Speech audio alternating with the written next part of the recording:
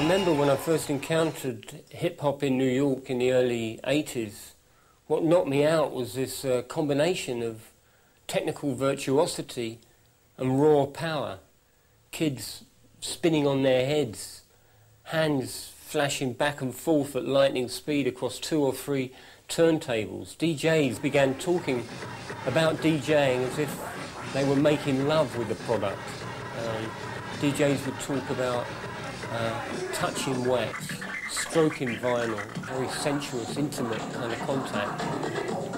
It was as if records were no longer just physical objects, but living beings. What'd you say? That's cool. And as sampling technologies began to develop, which could break down records into their genetic components, building blocks for sound engineers and DJs, that's exactly what records became, in a sense. Animate matter. Yeah, well, you can tell by the way I roll, shorty, that I'm a ladies' man, a businessman. Condos down the shore, multi-million pension plan, but it ain't in my plan to make moves without the fan. I keep it intact, real clef, through the track. John, play the math while I pay the taxes.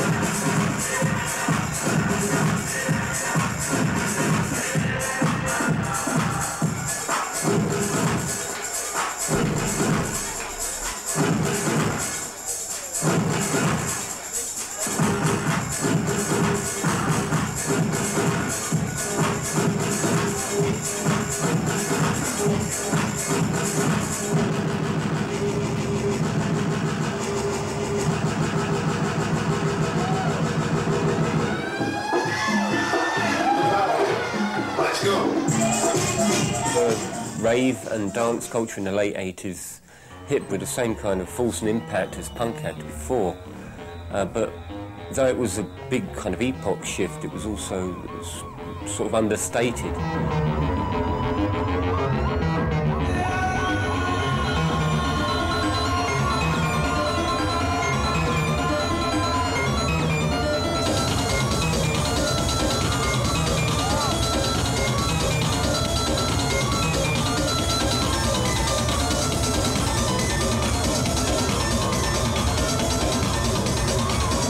Kind of paradox, really, because the culture took place in the open. I mean, the whole shift from, the secret smoke-filled city centre club out to a gigantic field in the countryside,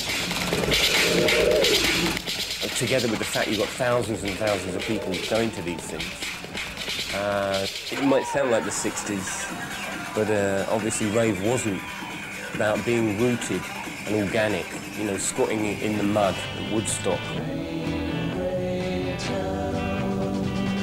In the 60s, the metaphors for alliance and bonding were all based around the family, brotherhoods and sisterhoods and so on. Whereas rave seems to be more about, networking or something, about being mobile and on the move.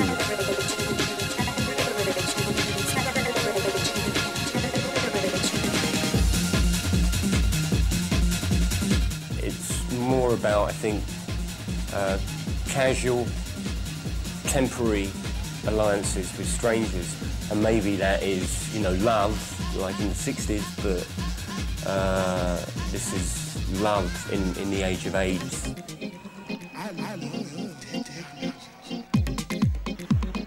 This was a kind of open secret. It was out in the open, and yet it remained underground. I think that was quite an achievement. Either way, for somebody in my age, I was bound to be outside the loop, and in some ways rave culture flourished and peaked without me really, noticing. What I do remember from the late 80s is another set of images of people gathering in the open, and that's television footage of crowds gathering, in public squares in Prague and Leipzig and East Berlin, to protest the dying days of Soviet communism.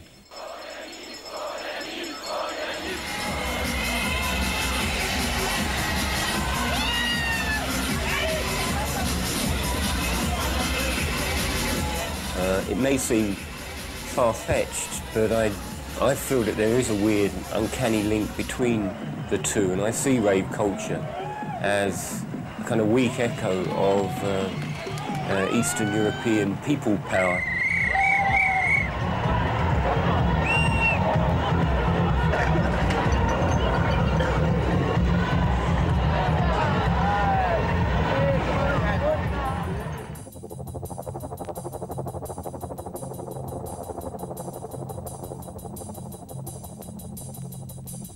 The rave thing was about finding safety in numbers, and it was about finding comfort in strangers.